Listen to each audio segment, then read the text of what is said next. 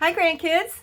The author, Andrea Beatty, has written lots of terrific books, and I've got one for you today.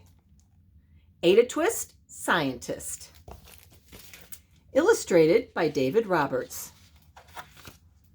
Ada Marie, said not a word till the day she turned 3. She bounced in her crib and looked all around, observing the world, but not making a sound.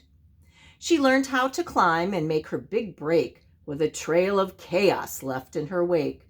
She ran through the day, chasing each sound in sight, and didn't slow down till she conked out at night.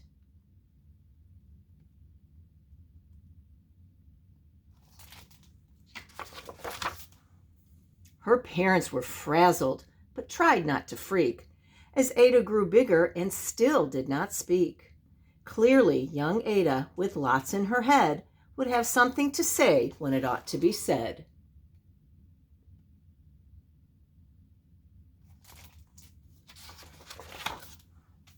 That's just what happened when Ada turned 3. She tore through the house on a fact-finding spree and climbed up the clock just as high as she could.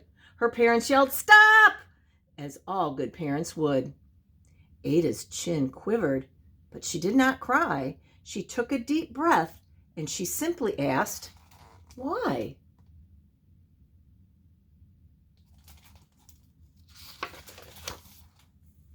Why does it tick and why does it talk? Why don't we call it a granddaughter clock? Why are there pointy things stuck to a rose? Why are there hairs up inside of your nose? She started with why, and then what, how, and when. By bedtime, she came back to why once again. She drifted to sleep as her dazed parents smiled at the curious thoughts of their curious child, who wanted to know what the world was about. They kissed her and whispered, "You'll figure it out."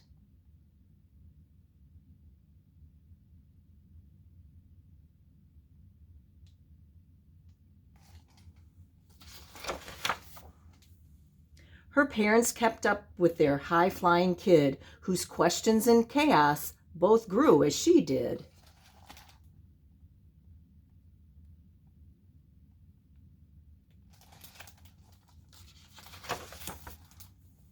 Even Miss Greer found her hands were quite full when young Ada's chaos wreaked havoc at school. But this much was clear about Miss Ada Twist: she had all the traits of a good scientist.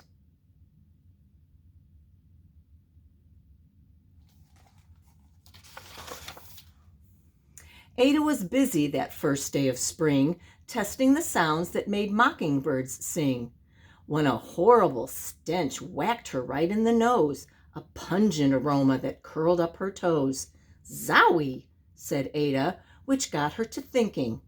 What is the source of that terrible stinking? How does a nose know there's something to smell? And does it still stink if there's no nose to tell?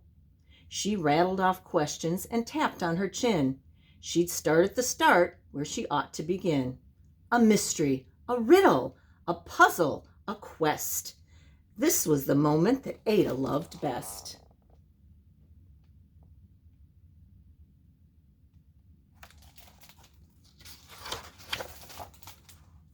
Ada did research to learn all she could of smelling and smells, both the stinky and good.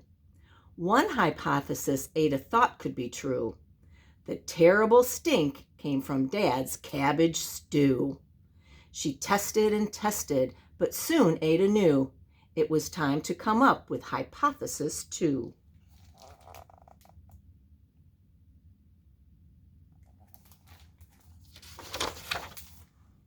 Then, zowie! The stink struck again, just like that. Hypothesis 2, it's caused by the cat. The cat couldn't make such a stink on its own. It needed perfume and some fancy cologne. So young Ada tested. The test was a flop.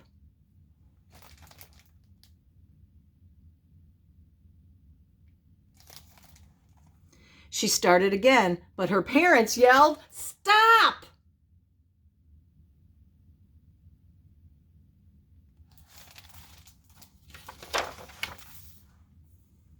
Ada Marie, to the thinking chair now, by the time we count 3. Enough, said her mother. That's it, said her dad. Her parents were frustrated, frazzled, and mad. Why? Ada questioned. Her mother said, no. What? Ada queried. Her father said, go. You've ruined our supper. You've made the cat stink. Enough with your questions. Now sit there and think. She looked at her parents. Her heart turned to goo. Poor Ada Twist didn't know what to do.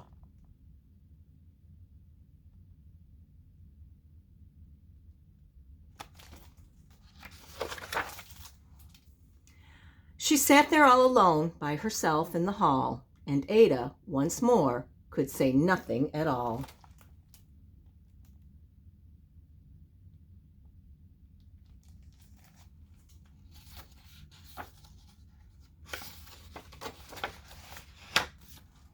And so Ada sat, and she sat, and she sat, and she thought about science and Stu and the cat, and how her experiments made such a big mess.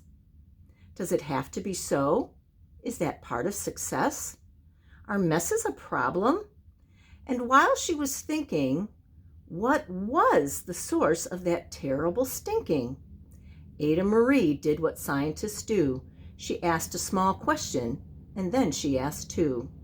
And each of those led her to 3 questions more, and some of those questions resulted in 4.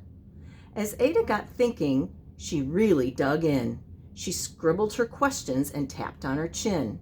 She started at why, and then what, how, and when. At the end of the hall, she reached why once again.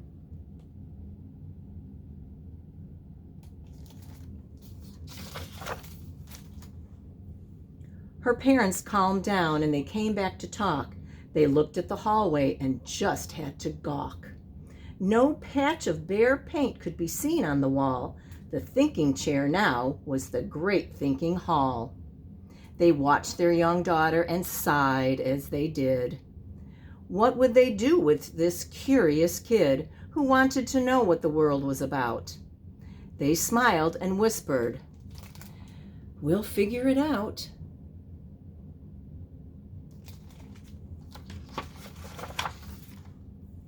And that's what they did, because that's what you do when your kid has a passion and a heart that is true. They remade their world. Now they're all in the act of helping young Ada sort fiction from fact. She asks lots of questions. How could she resist? It's all in the heart of a young scientist.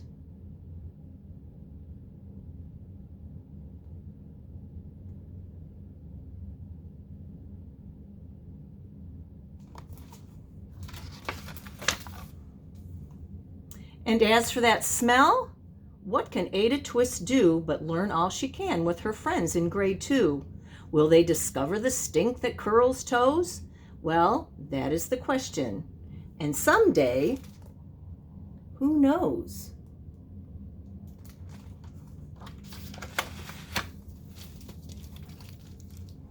Are you like Ada Twist? Ada Marie Twist? Do you wonder about things? Do you ask questions and try to find the answers? Love you guys. Bye.